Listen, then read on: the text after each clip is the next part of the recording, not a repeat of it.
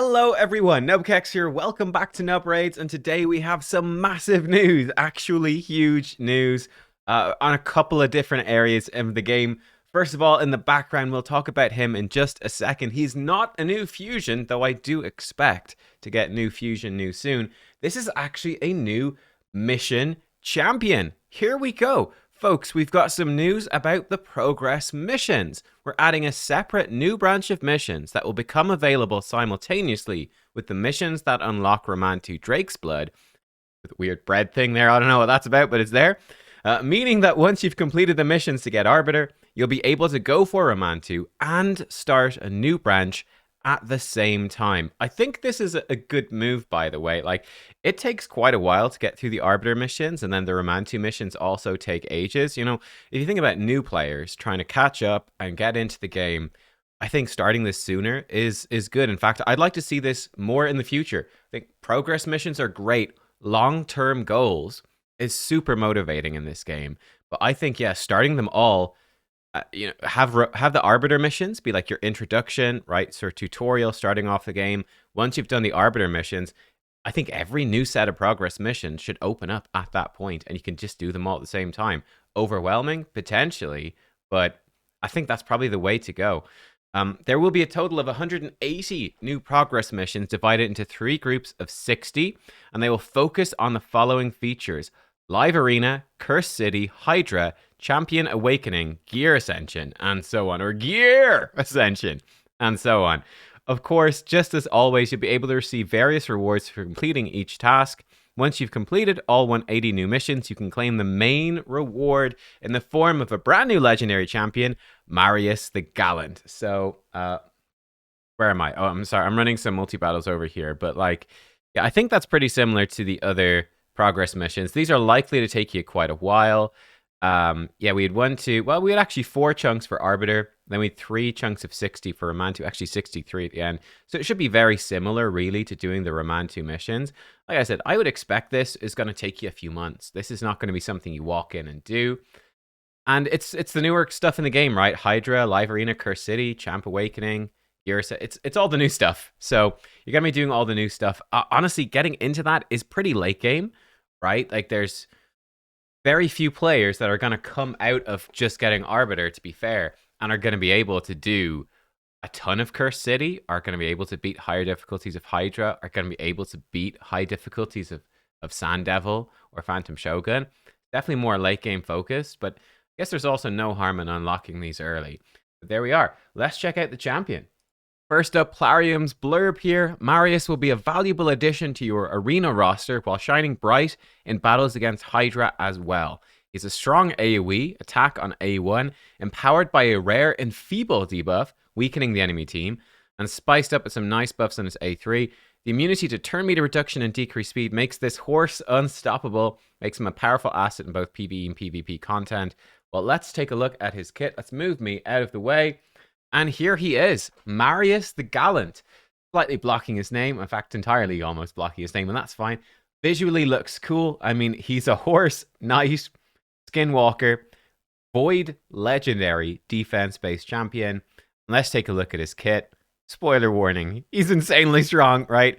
Auric Lance's A1 attacks all enemies, 35 bucking to 50% chance of placing an Enfeeble debuff for 1 turn. This is possibly the best A1 in the game. Let me know if I'm missing anything. Like, is there an A1 that's better than this? An AoE 50-50 Enfeeble? Enfeeble debuff makes all of your hits weak hit. Why is that so important? Well, obviously, damage dealers that weak hit do basically 0 damage. It completely cripples their damage. You also cannot land any debuffs with Enfeeble. Right? If you weak hit, you can't land debuffs. You can't do any of your effects of your skills. Just nothing happens. This is insanely strong. Like, I know that I've not seen much of it, but I know that Saf has been talking about, for instance, the Bannerlord. Yeah, Bannerlord Androck, this mythical, being pretty cool because he has, and I mean, it is a great move, a 3-turn AoE, 2-turn Enfeeble. And that can be particularly good against, like, Hydra, for instance, or any bosses, because it just stops them doing everything, right? They're enfeebled. They can't do poisons. They can't provoke. They can't heal reduction. They can't do anything. Can't do any damage. So He used this on an A1 though. Like, that is so strong with counterattack, with ally attack, even as a counterattack part to his passive. It's nuts. Death or Glory, his A2, 4 bucks to a 3-turn cooldown. Attacks all enemies 3 times. Each hit decreases the duration of all enemy buffs by 1 turn. Interestingly, this does buck up with 20% damage. He might be a decent damage dealer. He also gets 20% damage on his A1. And defense-based, he brings, by the way, his own increased defense for the whole team. He could be a good defense-based damage dealer too. It's a triple hit AoE, which is good. But decreasing enemy buffs by 1 turn. Why is this so strong? Well, number one, this doesn't proc polymorph. Decreasing buff duration does not proc polymorph, which is nice. That future-proofs him, basically, as a debuff stripper against, as people get more ascensions and potentially you're running into more 6-star polymorphs or whatever, or higher ascension polymorphs. He's still going to be good. He can strip their buffs, no problem. Protected buffs will stop this, and of course, Stone Skin is like a 50-50 chance to be protected. But that's pretty interesting, right? So yeah, let's say if they've got only 1 turn Stone Skin, he's got a pretty darn good chance to strip off 1 turn Stone Skin. He's got 3 50% chances. It's a good solid chance to strip it off. I'd say if they've got 2 turn Stone Skin, it becomes less likely, certainly not guaranteed to strip it all off at that point. You've got 3 attempts to knock it down. Even if you get just 1, even reducing the Stone Skin to just a 1 turn duration is much better. Like, you imagine an Ultimate Death Knight, instead of having to wait out 2 turns of Stone Skin, even if he has only 1 turn, it's a lot better. So yeah, that's an extremely good move. Galloping Thunder is A3, 6-turn bucks to a 4-turn. Places a 50% increased accuracy buff and a 60% increased defense buff on all allies for 3 turns. Then puts stun on the enemy with the highest turn meter for 1 turn, and finally grants an extra turn. Is turbocharged. This horse is crazy. So first of all, a 4-turn, but because it has an extra turn baked in, it's basically a 3-turn cooldown. And he puts up the buffs for 3 turns, so it's effectively permanent increased accuracy, increased defense for your team from his buffs. That's really, really nice. Like, that is huge. That's big for so many bosses in the game. That's massive. And yeah, obviously for Arena, that's massive as well. The increased defense is nice for Arena. More so, it's going to enable his damage, because presumably his damage scales off defense. I mean, it'd be shocking if it didn't, right? But increased accuracy as well. That's cool. So he buffs up increased accuracy. Then he puts out a stun. And again, like, it's going to be very hard for anyone to resist this horse, right? Very hard. So increase accuracy, then you stun their highest turn meter target, and then you get to do an increase accuracy, triple hitter, decrease enemy buff move. It's a very, very, very powerful combo, and then he's going to be slamming out these A1s with increased accuracy, landing in feebles. That's very strong, really cool. And again, this is on a short cooldown. You're probably going to be running him really fast, high accuracy, and he's going to be ripping through all this stuff. That stun is going to disrupt enemies quite a bit. Yeah, it's cool. Steadfast Knight passive. This champion is immune to turn meter reduction effects and decreased speed debuffs whenever an enemy changes form or attempts to decrease his turn meter, counterattack using his default skill. And he's a 35% defense in all battles aura, which is really good as well. Again, that is extremely, extremely good. This passive is so strong. Immune to the turn meter reduction and decreased speed. That's nice. That's great. Nothing major jumping out of super usefulness to it. But I love this. Whenever an enemy changes form, I'm curious if this works against Amius, right? He could be a massive counter to Amius if it does, right? Amius changes to his damage form, and whack, you smack him with Enfeeble. That's great, right? Enfeeble Amius, you're going to just neuter the damage and the effects that Amius can do in his first turn. Makes that boss much easier if it works like that. But certainly in Arena, we're going to see a lot more Mythicals, right? Certainly by the time we get this guy from the missions, Mythicals are going to be more common. Like, personally, I do not have any Mythicals yet. Not got any.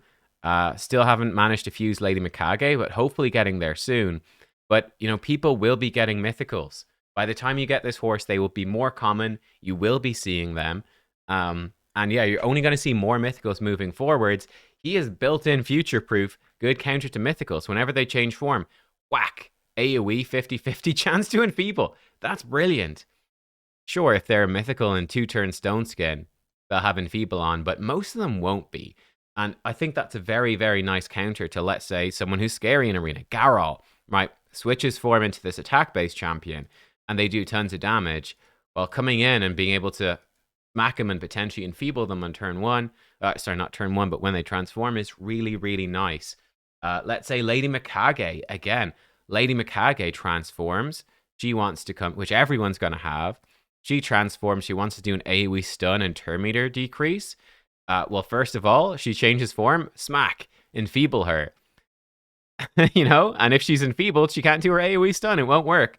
She'll have to do this move instead. I mean, it's not bad. But yeah, it's a pretty big game changer. Decreasing champion turn meter. I think the interesting thing about this is Warlord on his lockout skill, he decreases turn meter. So Warlord, if he locks you out, gonna counterattack with an AoE Enfeeble. And again, this champion is actually really good into lockout as well, because this A1 can buy you so much time. It's so strong. Yumiko's A1 steals turn meter, so this could be powerful against her, potentially. Though in live arena, they would obviously not target him with Yumiko, but in other arena forms, maybe she will. And that could be kind of nuts too. So there's a lot going on with this horse. I mean, let me know what you think. But I think he's cool.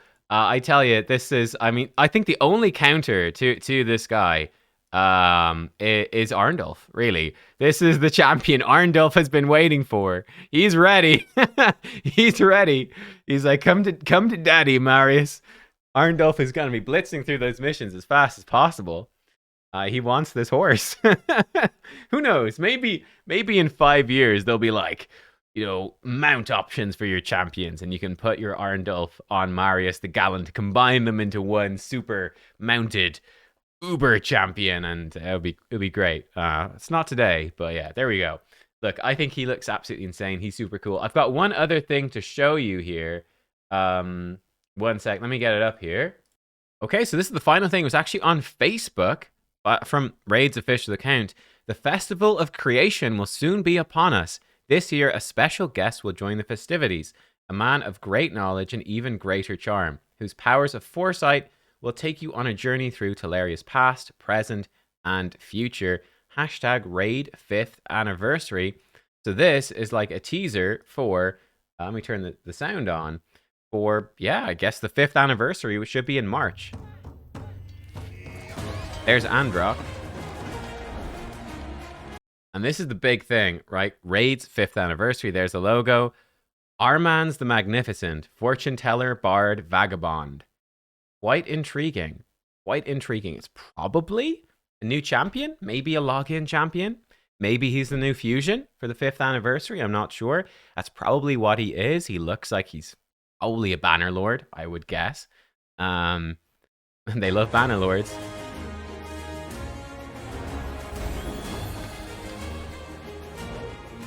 March 2024, Festival of Creation.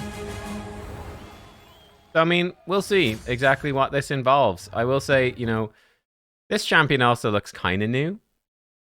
I don't know. Is she new or is she just one of the orcs that looks a bit funky? There is an orc that looks like that. Is it Raider? I don't know. But yeah, look, Raid's anniversary events in the past, let's be brutally honest here, guys. They've sucked. They have massively sucked. The anniversary events are basically just normal events with a sticker on them that says it's anniversary. So we'll see what it is this year. I'm not expecting much, hoping to be pleasantly surprised, but I don't expect much. I think it's just going to be your standard stuff.